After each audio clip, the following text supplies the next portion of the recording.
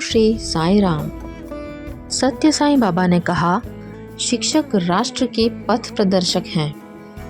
वे उज्जवल भविष्य के लिए राजमार्ग तैयार करते हैं। लोगों की कुशलता और दक्षता, उनकी विश्वसनीयता और कर्तव्य बोध शिक्षक समुदाय पर निर्भर करता है।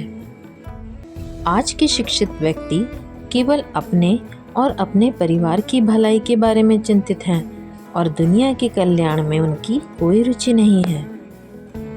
शिक्षा का उद्देश्य यह होना चाहिए कि वह व्यक्ति को सभी लोगों के कल्याण को बढ़ावा देने में आनंद लेने योग्य बनाए। जन्म के बाद जैसे जैसे व्यक्ति बढ़ता है, वह संबंधियों, दोस्तों, शिक्षकों और कई अन्य लोगों से जुड़ाव विकसित करता है। इन असंख्य संबंधों के माध्यम से ही मनुष्य के मानवीय गुणों का विकास होता है।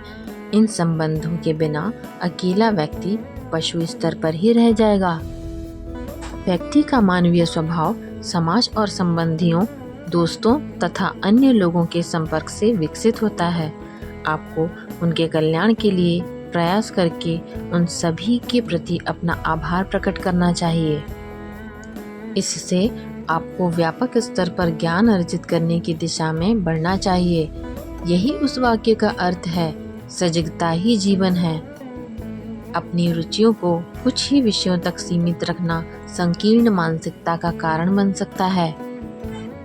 व्यापक दृष्टिकोण प्राप्त करने और लोगों और चीज़ों के बारे में व्यापक ज्ञान प्राप्त करने के लिए आपको कई अच्छे गुणों का विकास करना होगा। आजकल शिक्षक अपनी शिक्षा को केवल आजीविका अर्जित करने के लिए उपयोगी ज्ञान और कौशल तक ही सीमित रखते हैं, लेकिन वे जीवन के बारे में कुछ नहीं सिखाते कि इसे कैसे जिया जाना चाहिए और जीवन के मूल्य उद्देश्य क्या हैं। केवल आय अर्जित करना सीखना कोई बड़ी बात नहीं है।